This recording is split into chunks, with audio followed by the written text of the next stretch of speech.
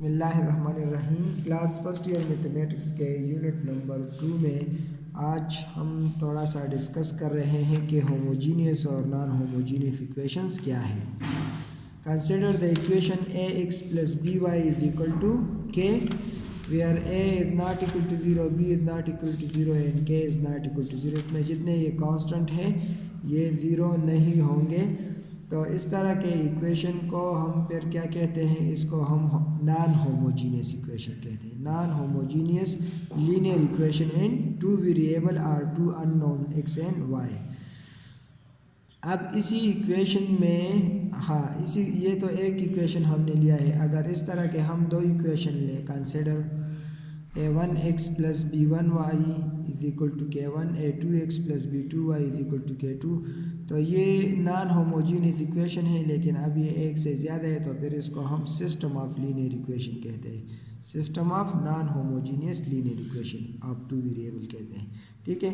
अब होमोजीनियस और non homogeneous में डिफरेंस सिर्फ ये है कि यहाँ पे जो कांस्टेंट के है, इक्वलिटी के राइट हैंड साइड पे जो कांस्टेंट है, अगर ये ज़ीरो हो, क्या हो, ये ज़ीरो, ये दोनों condition A is not equal to zero, B is not equal to zero, but K is equal to zero. अगर हम K is equal to zero put करें तो ये इक्वेशन जो बन जाएगा A X plus B Y is equal to C, फिर इसको हम होमोजीनियस इक्वेशन कहते हैं। तो होमोजीनियस इक्वेशन में राइट हैंड साइड पे जो कांस्टेंट होगा वो ज़ीरो होगा। ठीक है। अगर इसी तरह से इन इक्वेशंस में हम k1 और k2 की जगह ज़ीरो पुट करें तो ये जो इक्वेशन बनेंगे फिर इसको हम सिस्टम ऑफ होमोजीनियस इक्वेशन कहते हैं इन टू वेरिएबल। ठीक है। अच्छा, जो होमोजीनियस इक्वेशन है इसके लिए फिर दो तरह के सॉल्यूशन हमारे पास आते हैं। एक को हम ट्रिवियल सॉल्यूशन कहते हैं और एक को हम नॉन ट्रिवियल सॉल्यूशन कहते हैं। तो ट्रिवियल सॉल्यूशन का मतलब क्या है, अगर सिस्टम ऑफ इक्वेशन हमें दिए गए हों, जिस तरह ये होमोजीनियस सिस्टम ऑफ इक्वेशन है इन थ्री वेरिएबल। देखिए इसके राइट हैंड साइड पे क्या है, तमाम एलिमेंट ज़ीरो है, तो ये सिस्टम ऑफ होमोजीनियस इक्वेशंस हैं इन थ्री वेरिएबल। अगर हम इसका डिटरमिनेंट मालूम करें, ठीक है, और वो नॉन सिंगुलर आए, मतलब इसका डिटरमिनेंट ज़ीरो ना हो, then the system of homogeneous equation has trivial solution. तो फिर इसके जो सॉल्यूशन सेट होगा वो ट्रिवियल होगा। ट्रिवियल का मतलब ये है कि ये हमें ऐसा सॉल्यूशन देगा जिसमें एक्स वाई और जेड तीनों की वैल्यू क्या होगी, वो 0 0 0 के बराबर होगी। ठीक है। तो इस तरह के सॉल्यूशन को हम ट्रिवियल सॉल्यूशन कहते हैं। और नॉन ट्रिवियल सॉल्यूशन कौन से होते हैं कि the system of equation has non trivial solution if A is singular. अगर ए सिंगुलर हो, ए सिंगुलर का मतलब यह है कि इसका डिटरमिनेंट ज़ीरो हो, तो फिर जो सिस्टम का सॉल्यूशन होगा वो नॉन ट्रिवियल होगा। और नॉन ट्रिवियल का मतलब यह है कि in this case the given system of homogeneous equation has infinite many solution, और इसके infinite कई solutions फिर हो सकते हैं। तो ये बात आप याद रखिए, होमोजीनियस इक्वेशन में अगर determinant is not equal to zero आ गया, ठीक है, determinant is not equal to zero, तो फिर क्या, फिर वहाँ पे हम सॉल्यूशन आगे फिर हम सॉल्यूशन मालूम नहीं कर सकते, इसका सॉल्यूशन फिर पॉसिबल नहीं होगा, क्योंकि उसमें ऑटोमेटिकली ये तीनों इन तीनों के वैल्यू क्या आएंगे, वो 0 0 आएंगे। लेकिन अगर ए डिटरमिनेंट नॉन होमोजीनियस इक्वेशन में ए डिटरमिनेंट 0 हो, तो फिर हम इसको फर्दर सॉल्व करेंगे और इसके जितने इनफाइनाइट सॉल्यूशन हैं वो हम जर्नलाइज फॉर्म में लिखेंगे। ठीक है। तो बाकी मैट्रिसेस में जब हम क्वेश्चन करते तो अगर इसमें ए डिटरमिनेंट 0 आता तो हम कहते सॉल्यूशन इज़ नॉट पॉसिबल। लेकिन होमोजीनियस इक्वेशंस में जब ए डिटरमिनेंट 0 होगा तो हम फिर इसके इनफाइनाइट मैनी सॉल्यूशन मालूम करेंगे। यही डिफरेंस है बिटवीन नॉन होमोजीनियस और होमोजीनियस इक्वेशन के सॉल्यूशन में। ठीक है। तो इसमें आपके बुक में जो ये एग्जाम्पल इंक्लूड है, एग्जाम्पल ऑन पेज नंबर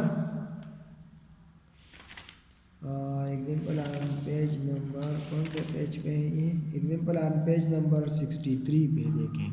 जो एग्जाम्पल है example number 11 on page number 63, page number 63 पे, show that the following system has trivial solution. Trivial solution का मतलब ये है कि इसका डिटरमिनेंट 0 नहीं होगा। ठीक है।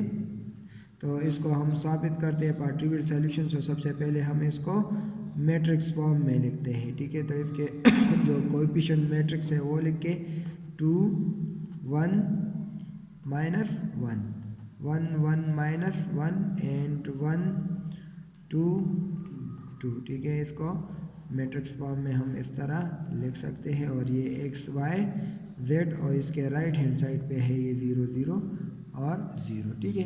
अब ये हम कंसिडर करते हैं कि ये मैट्रिक्स ए है।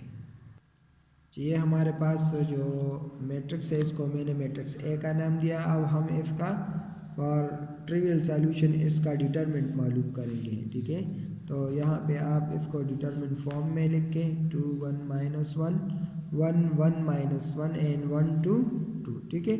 अब इसका डिटरमिनेंट मालूम करें तो फर्स्ट रो फर्स्ट कॉलम को इग्नोर करें, 1 -1 2 2। Similarly -1 first row second column को इग्नोर करें, 1 2 और फिर plus into -1 first row third column को इग्नोर करें, 1 1 1 2। अच्छा, अब इसको सिंप्लीफाई करें तो ये 2 × 2 1 2 और एक माइनस ये है एक फार्मूले का है तो +2 हो जाएगा, -1 ये 2 1 2 और +1 हो जाएगा, ये माइनस इंटू प्लस -1 और ये 2 -1, ठीक है। ये 4 4 2 8 -3 1 3 और ये -1। तो देखिए इसका जो डिटरमिनेंट है ए डिटरमिनेंट वो क्या है, वो 4 है, which is not equal to 0. Since a determinant is not equal to 0, so the system has only trivial solution, ठीक है। इसका सिर्फ ट्रिवियल सॉल्यूशन है, यानी मतलब इसका ये है कि इसमें जो x y और z की वैल्यूज़ है वो क्या है, वो 0 होंगे। अब इसको हम सॉल्व करते हैं किस तरह ये 0 आते हैं। देखिए ये जो हमें सिस्टम ऑफ इक्वेशन दिए हैं तो ट्रिवियल सॉल्यूशन है, इसके लिए हमने कहा था कि इसमें x y और z तीनों के जो वैल्यू होंगे वो 0 आएंगे। तो इसको हम सॉल्व करके देखते हैं। देखिए इक्वेशन 2 को 1 से सब्ट्रैक्ट करें, इसको ये 2x - x आएगा, ये y - y कैंसिल हो जाएंगे और ये जो z है ये -z और ये +z हो जाएगा। तो -z और +z क्या होगा, वो भी 0 होगा। तो इसका मतलब ये है कि इसमें x = 0 है। देखिए यहाँ पे मैं कर देता हूँ ताकि फिर आप कंफ्यूज ना हो। x + y - z = 0, इसको सब्ट्रैक्ट करें तो ये x आएगा, इसको सब्ट्रैक्ट करें तो ये कैंसिल हो जाएगा, ये माइनस प्लस हो जाएगा ये भी। तो इस तरह x = 0 आता है, ठीक है। अब x की जो ये वैल्यू है 0, इसको हम पुट करते हैं यहाँ पे इक्वेशन नंबर 3 में, इसको पुट करें, ठीक है। या इक्वेशन नंबर जो भी हो आप इक्वेशन नंबर 2 में पुट करें, पुट इन इक्वेशन 2। तो यहाँ पे देखिए ये 0 हो जाएगा, 0 + y - z = 0, which implies date y = z, y बराबर है z के। तो यहाँ पे इसको अब ये जो y = z है, ये हम इक्वेशन नंबर 1 में x की जगह हम 0 पुट करते हैं, ठीक है। x की जगह इक्वेशन 1 में 0 पुट करते हैं और y की जगह z पुट करते हैं। इक्वेशन 1 को देखें, यहाँ पे ये 2 × 0 हो जाएगा और प्लस y की जगह में ये z पुट करता हूँ, z - z, ठीक है।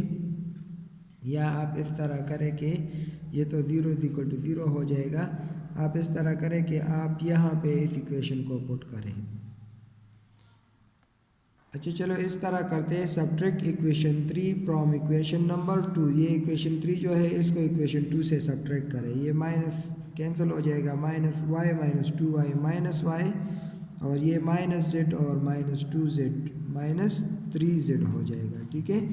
तो यहाँ पे अगर हम ये वैल्यू मालूम करें, देखें y = क्या आएगा हमारे पास। अच्छा देखिए यहाँ पे इस इक्वेशन से -y - 3z, y को इस तरफ ले आए, सो -3z = y। ये चूँकि इक्वलिटी है तो हम इस तरह भी लिख सकते हैं y = -3z।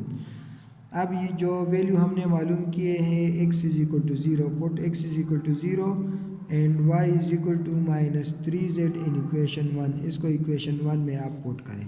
ये जो इक्वेशन 1 है इसमें x की जगह 0 पुट करें और y की जगह -3z पुट करें। तो ये 2 into 0 -3z -4z is equal to 0 हो जाएगा। -4z नहीं -z, तो ये तो 0 हो जाएगा। ये -4z इज इक्वल टू 0 और दोनों साइड को -4 पे डिवाइड करें तो ये z इज इक्वल टू 0 हो जाएगा। देखिए ये z is equal to also ये भी 0 हो गया। अब इसको इक्वेशन नंबर 4 नाम दें, तो z की ये वैल्यू यहाँ पे पुट करें, पुट इन 4। तो देखिए y इज इक्वल टू इसकी जगह 0 पुट करें तो ये भी 0 हो गया। तो z की वैल्यू भी 0, x की वैल्यू भी 0 और y की वैल्यू भी 0 और x की 0 भी, तीनों 0 के बराबर है। तो जो हमारे पास ट्रिवियल सॉल्यूशन होंगे उसका डिटरमिनेंट क्या होगा, वो नॉन सिंगुलर होगा। डिटरमिनेंट नॉन सिंगुलर होगा और इसमें x, y और z तीनों की वैल्यूज़ क्या होंगी, वो 0 0 0 होंगी।